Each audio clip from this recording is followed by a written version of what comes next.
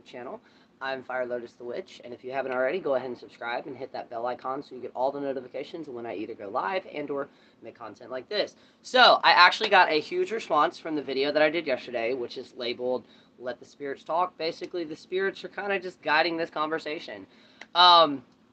So to start this off, I actually recently just learned something about dreams. I've made multiple videos multiple times about how you can do certain exercises to actually get your brain to realize when you're actually asleep. I just learned that some of those techniques don't actually work. The reason that is because most people believe that you're not supposed to be able to read or tell time, and like light fixtures are not supposed to work in dreams. That's actually not true. Apparently, some people can read, write, and even see their reflections in a mirror.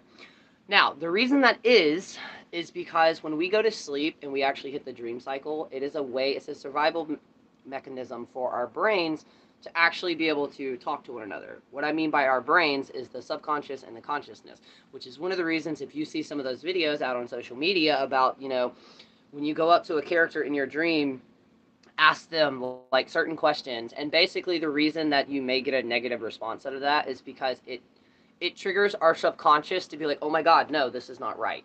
So be careful with that. There's a reason I bring that up, which is my theory on premonitions or deja vus. Now, there are three types of deja vus. You can actually scroll down a little bit. You can actually see that video where a creator actually explains all three of them. Now, the one that I get the most is the deja vu where you wind up dreaming of a small clip. Normally, it's not even a full minute long. And then you forget that dream until that actual incident to where you actually are reliving it. You're actually living it. And then it triggers your brain to be like, oh shit, wait, I dreamed this. Now, spiritually, some people say that that's basically a sign from the universe that you are actually on the right path. And to that I must say, how many people used to do that all the time and then all of a sudden stopped? So yeah, there's a question that'll spiral you. Please don't spiral. We don't like spiraling here. But anyways, okay, so I'm actually going to talk about the Crossroads today, and eventually one day I'm gonna have like the technology to like put a little cute little photo up there. But until then, you're gonna look at that guy. Anyways, what are Crossroads? So, depending on what practice you're in, and depending on where you learn it and what lore you learn it from, normally most picture people the four-way or three-way dirt roads and or intersections. That is actually a crossroads, but it goes deeper than that. Now, specifically, a crossroad can be four roads, basically where four roads connect or cross each other, and or it can be where one path splits off. Those are known as crossroads. There's so much lore and superstition like soaked in them here in the Western world. We have the jazz musician who also went to the Crossroads, made a deal, and literally overnight became nobody. He went from being a nobody to everybody knew him. Obviously, historically, that's not all correct. He was an amazing person. But anyways, and then he actually, I believe he died shortly after that. There are multiple other ones with that. But yesterday I did a video on it, and I hyperfixated on it's just more than that. The reason that crossroads are supposed to be so powerful is because they're a linear space. A linear space is a space in between. A physical, non-magical thing. You know how you go to walk back to your bedroom, and as soon as you walk through that door, it's like you completely spaced on anything you were trying to grab? For one, it's just because your brain did not register the change of scenery, so it actually like fucked it up. But you also just went through a linear space, which is your door. The actual like in between the door, that's a linear space. You casting a circle. Yes, most people say, well, no, that's for protection. Primarily, it's because it creates, as above, so below, it creates that linear space. It's a space in between the physical realm and in between the spiritual or magical realm. Now, with that being said, there are rules. Basically, with each crossroad or linear space, primarily crossroads, just like with cemeteries and graveyards, there is going to be some type of main spirit that guards and or just kind of lives there. You're going to need to be able to communicate with that. You're also going to be able to need to actually figure out if the answer is yes or no, because you can't randomly just go up, collect dirt, or just dump some spell remains. You actually have to walk through a process, just like when you go to a cemetery and or a graveyard. You have to leave an offering. You have to greet them. You have to wait to make sure they're okay with what you're doing. If not, pack up, go somewhere else.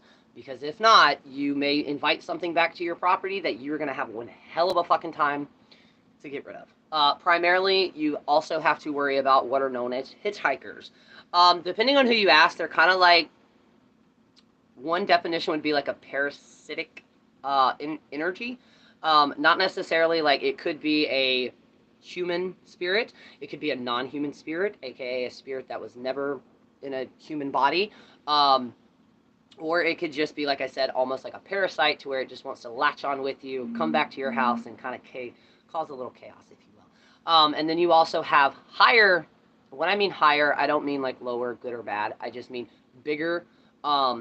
It can either be a deity, it could be a infernal, it could be something else along the other practices of energies. I'm going to say energies, I'm trying to be respectful, and I'm not talking about voodoo or hoodoo because I don't practice it.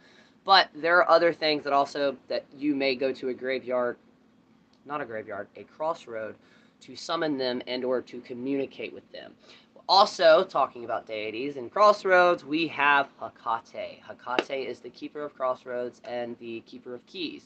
Now, with that being said, don't have it in your head that, like, if you go to a crossroad, you only have to work with Hecate. That is not what I'm saying in any way, shape, or form. Look, little dude, this is my filming space. It's not my fault you decided to lay there today. You're going to have to get used to it. Bubbers is literally directly below my feet on one of my magic toolboxes. But what I mean by that is I am not saying go and fucking summon Papa Laba. I know I pronounced that wrong. I'm sorry. I'm not saying that. Don't start fucking appropriating shit. Not to mention, though, there are a lot of deities, unless you know exactly what you're doing and or you are initiated in and or they actually identify you, you're going to get fucked up.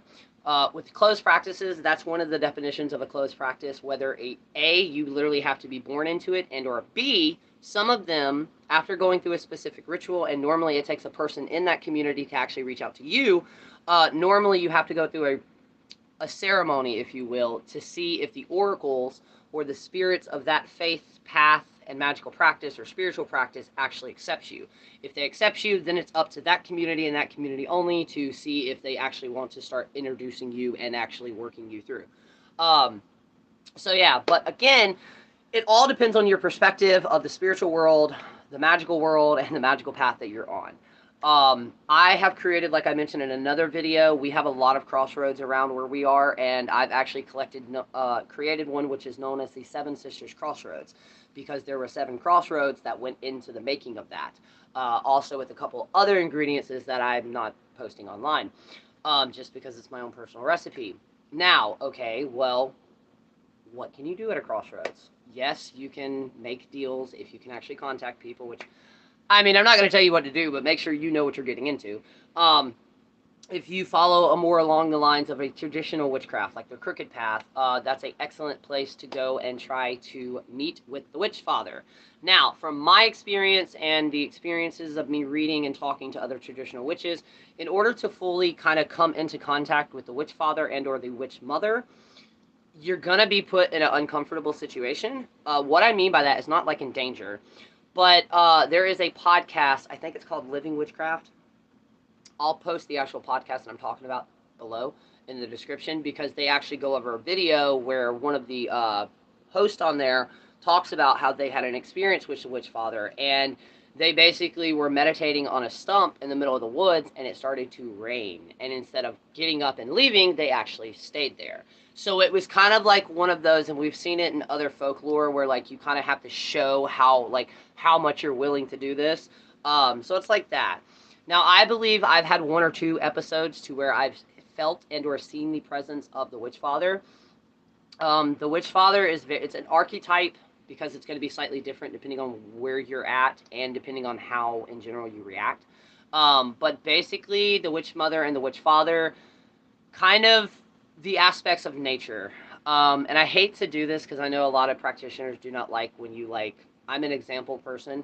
So what I mean by that would be like Lady Gaga in American Horror Story Roanoke, where she literally literally was birthed out of the forest. That's the Witch Father and the Witch Mother. The Witch Mother, though, normally has the more fall appearance. So yeah, and I myself am still learning about that. A lot of people do not like the term Witch Father. because it's also associated with the devil, the blacksmith, the man in black. But again, we're not talking about the actual Christian aspect or Catholic aspect of the devil or Lucifer. They themselves are their own entities. And yes, if you did not know, everything that we were taught in Catholicism and fucking Christianity or any part of the church, it's all complete and utter bullshit when it comes to demons. And I don't even like using that term demon because of that. I use the term infernals. Now, obviously, you're going to have to do your own goddamn research on that one and make sure you know what the fuck you're doing before you randomly try summoning one of them. Because there's this newer conception that's driving me fucking crazy in the pagan world, which is all these gods are just like, you know, just frolicking through the fields and flowers, and we're just trying to completely erase the darker sides of them. Or the...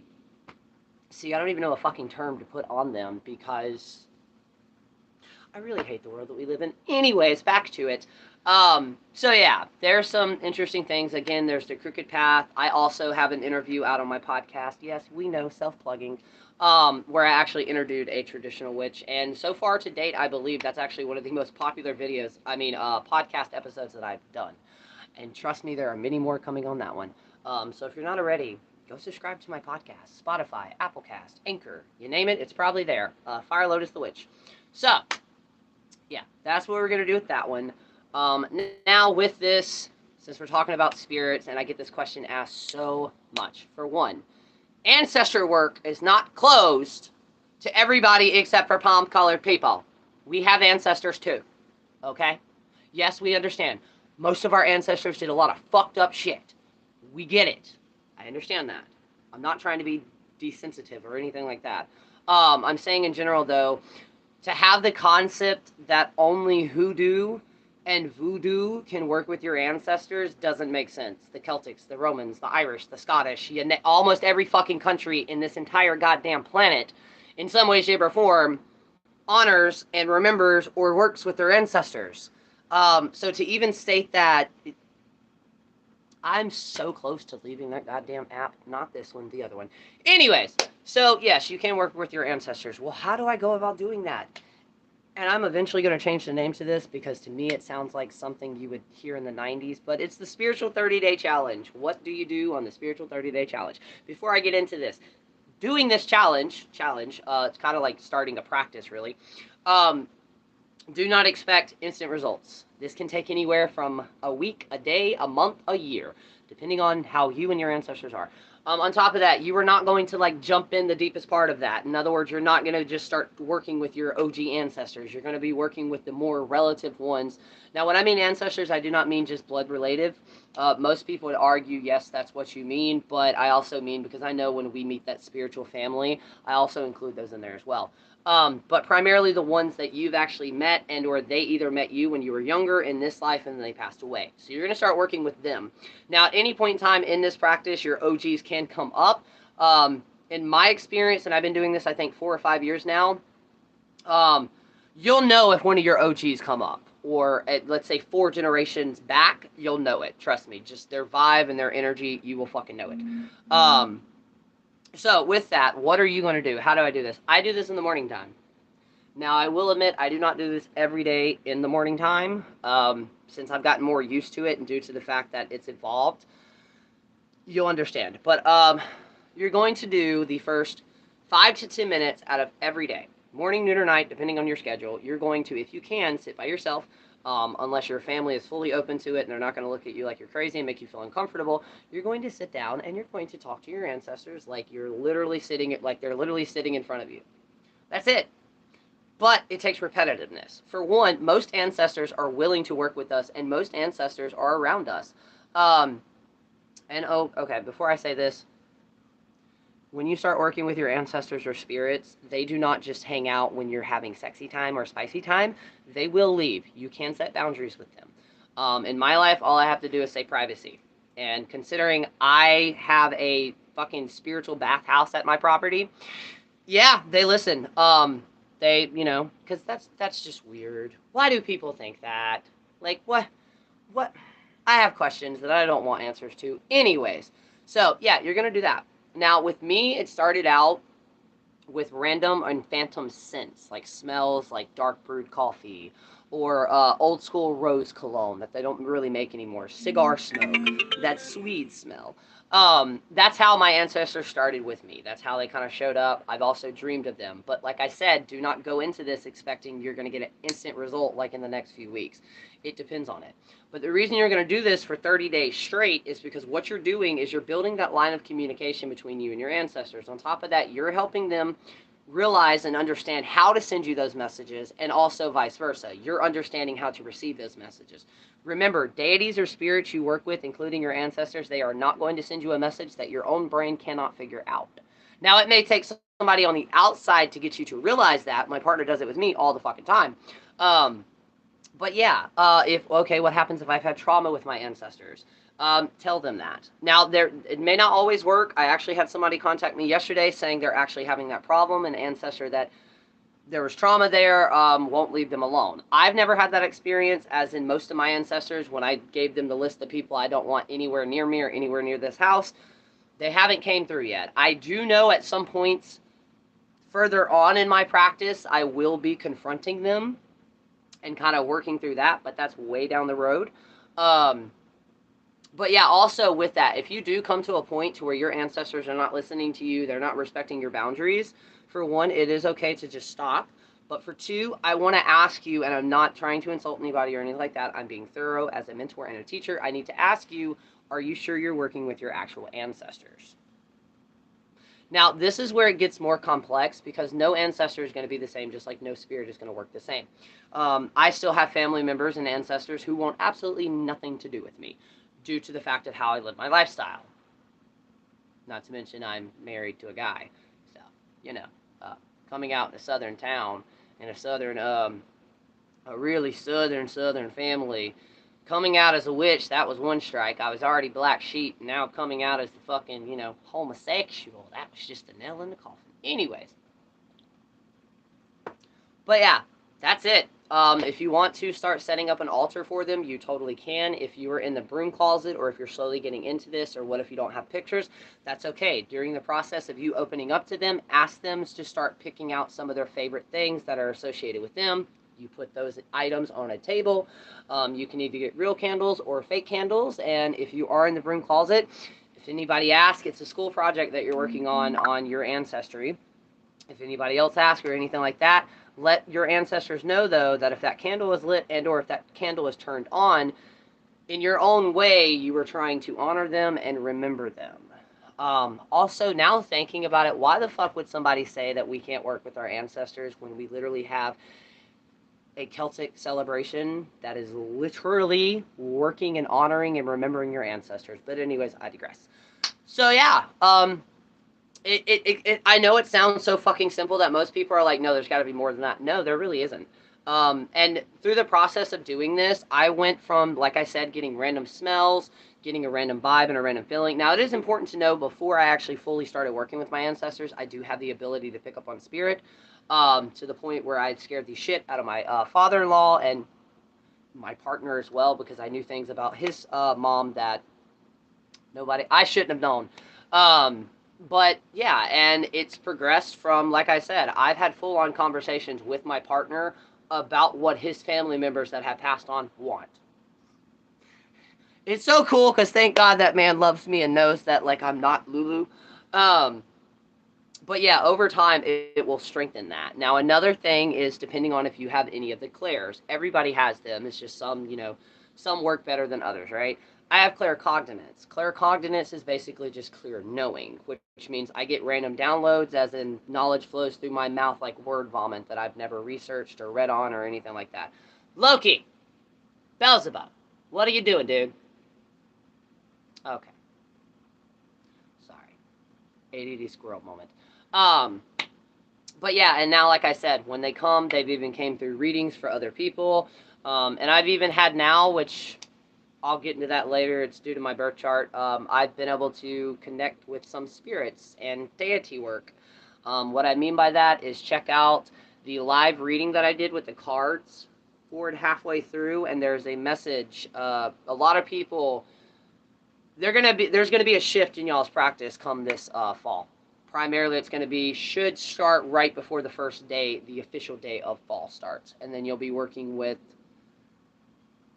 technically more what are known as like dark energy, but not like dark as in evil or anything like that. I'm talking about Hecate and maybe a couple of Infernals. I love when spirits just like, as in I turned and I saw a face there. That's not there. But yeah, I think that's gonna work for now. I am gonna try to get more organized and make sure I can get this shit like better. But I have ADHD and I'm not on medication, so I gotta figure out with what works for me. But yeah, if you've made it to the end of this video, let me know if you want me to bring up something in the next one of these. Let me know if you have any feedback, if I could do these better. And by the way, if you do, I'll take that under consideration, but I'm doing what I can, as in I'm currently dosing myself with caffeine right now just to be able to have this energy and do these. So. Also, with that, the sun is acting hella crazy, so expect a little weird shit to be going on with that stagnant energy. Also, holy shit, thank you so much. We are 10 people away from breaking 700. And get that, we have 270, by the time this is actually published, we'll have 275 to 276 videos out here on YouTube. Do you know how many hours that is? Like, holy shit. Anyways, thank y'all so much. 2 goals that I'll be having this year is to break 1,000 subscribers before the end of this year and to break more than 300 videos before the end of this year, which I should be able to do that. But yeah, thanks for coming to my spiritual TED Talk, and thank you, spirits. But yeah, like I said, if y'all ever have a question or anything like that, all the contact information, my email address, and if you're a scammer, stop fucking emailing me about this stupid fucking website that I do not have that does not exist, okay? Okay, thank you. But yeah, if you'd like to book a reading with me, any type of custom spell work, a consultation, or anything like that, or even if you have a magical situation or a supernatural situation going on at your house and you want a little feedback, or you may need some advice, email me. Let me know. That is the reason that email is created. It will be linked below along with my link tree, which means you can follow me on all the other socials. So yeah, until then, I love you all, and yeah. Thank y'all so much for the likes, shares, and comments. Peace.